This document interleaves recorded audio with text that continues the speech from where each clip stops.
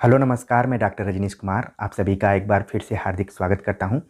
आज के video lecture में हम बातचीत करेंगे कि जो भी विद्यार्थी अपने ग्रेजुएशन को कंप्लीट कर लिए हैं और पोस्ट ग्रेजुएशन की पढ़ाई के लिए वो तमाम केंद्रीय विश्वविद्यालयों की परीक्षा फॉर्म को भरने के लिए तैयार हैं।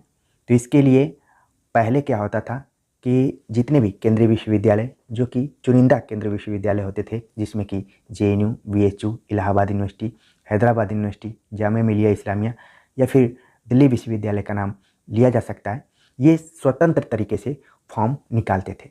लेकिन पिछले कुछ वर्षों से भारत सरकार और शिक्षा मंत्रालय ने एक संस्था का गठन उसने किया है जो कि एनटीए के माध्यम से एग्ज़ाम को कंडक्ट कराती है, जिसका नाम है CUCET, यानी कि central universities common entrance test के थ्रू अब आप सभी को परीक्षा देना होगा। इसके बाद आप पोस्ट ग्रेजुएशन में एडमिशन ले सकते हैं। ये बात इसलिए क्लियर करना पड़ रहा है कि कई हमारे चैनल से जुड़े हुए ऐसे विद्यार्थी हैं जो कि जेएनयू और बीएचयू जैसे संस्थाओं से पोस्ट ग्रेजुएशन करना चाहते हैं, उन फॉर्म्स का इंतज़ार कर रहे हैं, लेकिन अब उनको CUCET के द्वारा ही एडमिशन लेना पड़ेगा। पहले CUCET में कुल 12 केंद्रीय विश्वविद्यालय शामिल हुआ करते थे, जिसमें कि चुनिंदा जो रैंकिंग के हिसाब से टॉप 5 यूनिवर्सिटीज़ को रखा जा सकता है, जिसमें कि JNU, DU, Jamia Millia Islamia, Aligarh university, Hyderabad university, BHU, इनको नहीं शामिल किया गया था। अलग अलग स्टेट्स में जो भी सेंट्रल यूनिवर्सिटीज़ हैं उनको रखा गया था। लेकिन अखबारों के माध्यम से ये पता चला है कि जेएनयू जैसे विश्वविद्यालय भी CUCET के अंतर्गत अब शामिल कर लिए गए हैं। उनमें एडमिशन लेने के लिए आपको इस प्रोसेस से गुजरना पड़ेगा। तो आखिरकार ये CUCET क्या है, इसका परीक्षा पैटर्न क्या है, हिंदी का सिलेबस क्या है, इस पर हम बातचीत करेंगे। तो सीधे हम चलते हैं, देख लेते हैं कि CUCET क्या है, परीक्षा पैटर्न क्या है और सिलेबस क्या है। CUCET जो कि भारत सरकार के शिक्षा मंत्रालय द्वारा एक निर्णय लिया गया है कि उच्च शिक्षा विभाग के अंतर्गत हम केंद्रीय विश्वविद्यालय संयुक्त प्रवेश परीक्षा कराने का निर्णय लिया गया है, जिसका शॉर्ट में नाम है central universities common entrance test, जो कि 2021 में हो चुका है। इस बार कुछ नए यूनिवर्सिटीज़ को भी इसमें शामिल किया गया है, जिसमें JNU, BHU, Allahabad university, Jamia Millia Islamia, Hyderabad university का नाम भी शामिल होने की संभावना है। जेएनयू ने तो अखबारों में इसकी घोषणा कर दी है।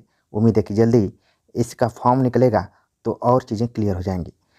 देखते हैं कि जो CUCET है उसका एग्ज़ाम जो कराता है एनटीए, जिसको कि नेशनल टेस्टिंग एजेंसी भी कहा जाता है, और यह नेट जेआरएफ का भी एग्ज़ाम कराता है, और जेएनयू, बीएचयू इत्यादि के प्रवेश परीक्षाओं का भी इसने आयोजन किया था जब स्वतंत्र तरीके से फॉर्म निकलता था। तो एनटीए ने सन 2021 ईस्वी में 12 सेंट्रल यूनिवर्सिटीज़ के लिए CUCET की परीक्षा का आयोजन करवाया था, और यही 12 सेंट्रल यूनिवर्सिटीज़ को इसमें शामिल किया गया था।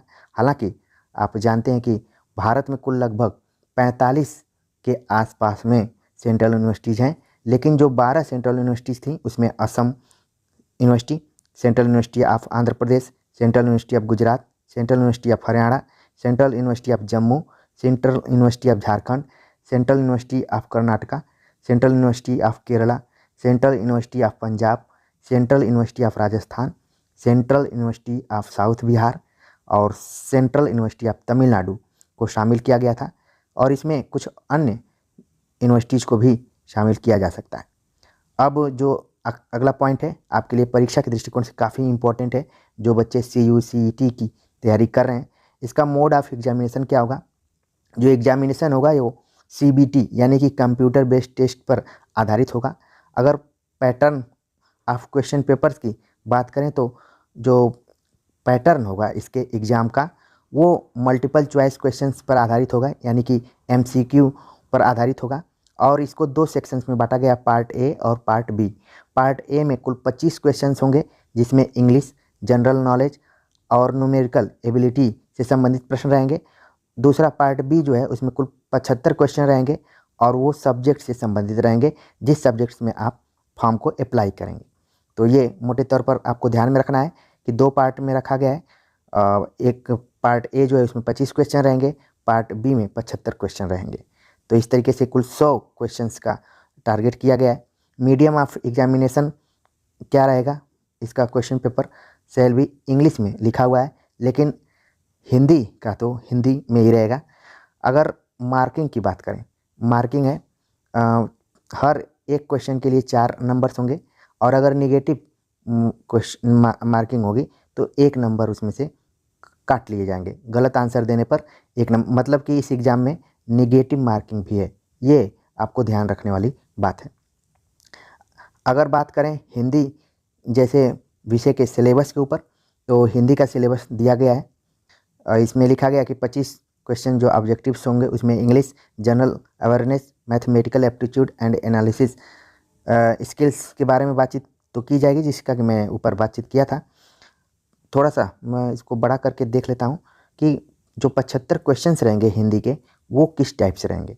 तो सिलेबस दिया गया है हिंदी साहित्य का काल विभाजन और नामकरण, हिंदी साहित्य का इतिहास आधुनिक का आदिकाल से आधुनिक काल तक।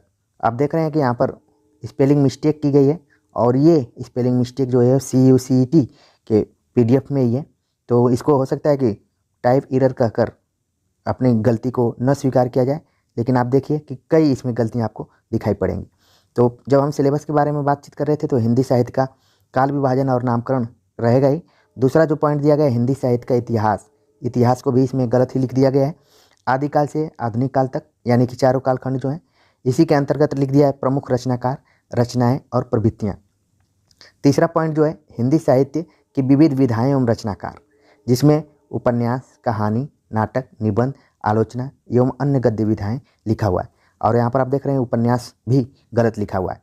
तो कहने का मतलब ये है कि जिसने भी इस सिलेबस को बनाया है वो एकदम से अगंभीर व्यक्ति रहा है और प्रूफ रीडिंग का भी समय उसके पास नहीं रहा है। फिर भी आप एग्जामिनेशन की तैयारी कर रहे हैं तो मोटे तौर पर आपको जानना जरूरी है कि आखिरकार कहाँ से प्रश्न आएंगे। चौथे पॉइंट पर बात करें तो उसका नाम है प्रयोजन मूलक हिंदी के विविध रूप, और यहाँ पर प्रयोजन मूलक लिख दिया गया है, जो कि एक तरीके से हिंदी की स्थिति को बता रहा है कि कैसे सरकार इसको ले रही है। कहने के लिए बहुत बड़ी बड़ी बातें की जाती हैं, लेकिन यहाँ पर आप देख रहे हैं कि प्रूफ रीडिंग करने का भी मौका एक्सपर्ट्स के पास नहीं रहा है। इसको टाइपिंग एरर करके इसको खारिज किया जा सकता है, हालांकि हमारा जो काम है हम आपको बता दे रहे हैं। पांचवा जो पॉइंट है जन संचार माध्यमों में हिंदी, यहाँ पर जन संचार लिख दिया गया है जो कि गलत है। आपको जन संचार माध्यमों में हिंदी के बारे में पढ़ना है, जिसके अंतर्गत समाचार पत्र और हिंदी, विज्ञापन और हिंदी, रेडियो एवं टेलीविज़न में हिंदी। छठा पॉइंट है भारतीय काव्य शास्त्र, जिसके अंतर्गत आपको शब्द शक्ति, काव्य हेतु, काव्य प्रयोजन एवं काव्य लक्षण पढ़ने हैं। सातवां पॉइंट है हिंदी व्याकरण, जिसके अंतर्गत संधि, समास, काल, वाक्य विन्यास आदि को पढ़ना है। तो मोटे तौर पर जो पूरा हिंदी का सिलेबस है वो कुल 7 पॉइंट्स में बटा हुआ है, जिसमें कि हिंदी साहित्य का काल विभाजन और नामकरण पर हमने वीडियो लेक्चर बनाया, आप जरूर जाकर इसको देखिए। हिंदी साहित्य का इतिहास पर आदिकाल से लेकर आधुनिक काल तक पर पूरा वीडियो बनाया हुआ है, और मैंने कई इतिहास ग्रंथों और इतिहासकारों के दृष्टिकोण से वीडियोज अपलोड किए हैं, जिसमें आदिकाल को कैसे पढ़ा जाए, भक्ति काल को कैसे पढ़ा जाए, रीतिकाल को कैसे पढ़ा जाए और आधुनिक काल को कैसे पढ़ा जाए, पूरा कवर करने की कोशिश की है। और समय समय पर प्रमुख रचनाकार और रचनाओं के बारे में भी हमने बात किया है। इसके अलावा हिंदी का गद्य साहित्य के अंतर्गत हम लगातार चर्चा कर रहे हैं, उसमें उपन्यास पर हमने बातचीत शुरू किया है। इसके अलावा आलोचना और निबंध दोनों को कंप्लीट कर लिया गया है। कहानी, नाटक और अन्य गद्य विधाओं पर भी बातचीत होगी। और अगर आप और जानना चाहेंगे तो नेट का जो सिलेबस मैंने कवर किया है उसमें पूरा हमने इस पर बातचीत कर लिया है। प्रयोजन मूलक हिंदी के विविध स्वरूप, ये थोड़ा सा नया टॉपिक है, इस पर आगे बातचीत करेंगे। जन संचार माध्यमों में हिंदी, इस पर भी बातचीत करना बाकी है। बाकी भारतीय काव्य शास्त्र के बारे में देखें तो शब्द शक्तियों पर हमने काफ़ी अच्छा वीडियोज बनाया है, आप जाकर देख सकते हैं। काव्य हेतु पर भी वीडियो, काव्य प्रयोजन पर भी है और काव्य लक्षण पर भी है। और हिंदी व्याकरण की बात करें तो संधि, समास, काल, वाक्य विन्यास पर बहुत ही शानदार तरीके से और मेहनत करके वीडियोज अपलोड किए गए हैं। आप समय निकाल कर उसको ज़रूर देखने की कोशिश करें, और तब आपके दिमाग में आएगा कि इस चैनल से अगर आप जुड़े हैं तो ये चैनल आपके लिए कितना महत्वपूर्ण है। कई बच्चे कमेंट्स करते हैं कि सर इस चीज़ की मैं तैयारी कर रहा हूँ तो ये मेरे लिए लाभदायक है कि नहीं।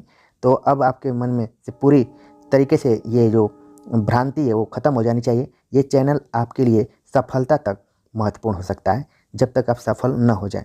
तो उम्मीद है कि मेरी बात आप सभी समझ गए होंगे। CUCET के पाठ्यक्रम को भी समझ गए होंगे, परीक्षा पैटर्न को भी समझ गए होंगे और कितनी यूनिवर्सिटीज़ इसमें शामिल हैं उनके बारे में भी समझ गए होंगे। और 12 यूनिवर्सिटीज़ मुख्य रूप से शामिल थी, इसके बाद कुछ और यूनिवर्सिटीज़ को रखा गया है। अब जब इसका 2022 का नोटिफिकेशन आएगा तो और बातें क्लियर हो जाएंगी। तब तक आप अपने दिमाग में अपने माइंड सेट को कंफर्म कर लीजिए कि जो हिंदी का सिलेबस है वो क्या क्या है। और 100 क्वेश्चंस रहेंगे, 25 क्वेश्चंस आपके सामान्य जानकारी पर रहेंगे और 75 क्वेश्चन आपके सिलेबस से संबंधित रहेंगे, यानी कि जिस विषय में आप अप्लाई करेंगे। तो ये जानकारी आप सभी के लिए लाभदायक साबित हो रही हो, ऐसी मैं उम्मीद करता हूँ। कमेंट्स कर ज़रूर बताइए। मिलते हैं एक नए टॉपिक के साथ, तब तक के लिए नमस्कार।